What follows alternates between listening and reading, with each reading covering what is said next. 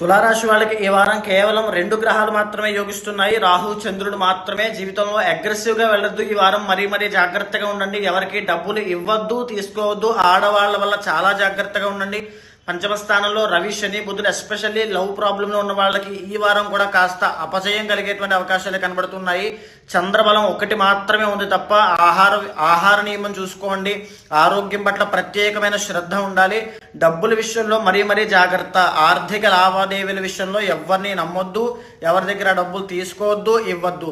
కుజుడి యొక్క బలం కూడా లేదు కాబట్టి మీతో పనిచేసే వాళ్ళతో కూడా చాలా జాగ్రత్తగా ఉండండి. ఆల్ ఆస్పెక్ట్స్ ఆఫ్ లైఫ్ లో ఈ వారం వెరీ కేర్ఫుల్ గా ఉండాలి.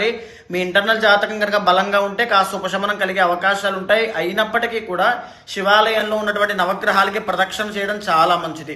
వృశ్చిక రాశి వాళ్ళకి 5 గ్రహాలు బ్రహ్మాండంగా యోగిస్తున్నాయి. గురుబలం చాలా బాగుంది. లాభస్థానంలో చంద్రకేతులు యోగిస్తున్నారు. జీవితంలో కొత్తదనం అనేటువంటిది కనబడుతుంది. లవ్ విషయంలో ఇబ్బంది పడే వాళ్ళకి ఈ వారంలో ఉపశమనం పొందేటువంటి అవకాశాలు ఉన్నాయి. విజయం పొందే అవకాశాలు కూడా ఉన్నాయి. కుటుంబంతో మీరు గడిపేటువంటి మధుర క్షణాలు ఈ వారంలో ఎక్స్పీరియన్స్ చేస్తారు. సప్తమ స్థానంలో గురుడు కాబట్టి రావాల్సిన డబ్బులు చేతికి అందుతాయి. ఆర్థిక సమస్యలు తొలగేటువంటి అవకాశం కనబడుతోంది.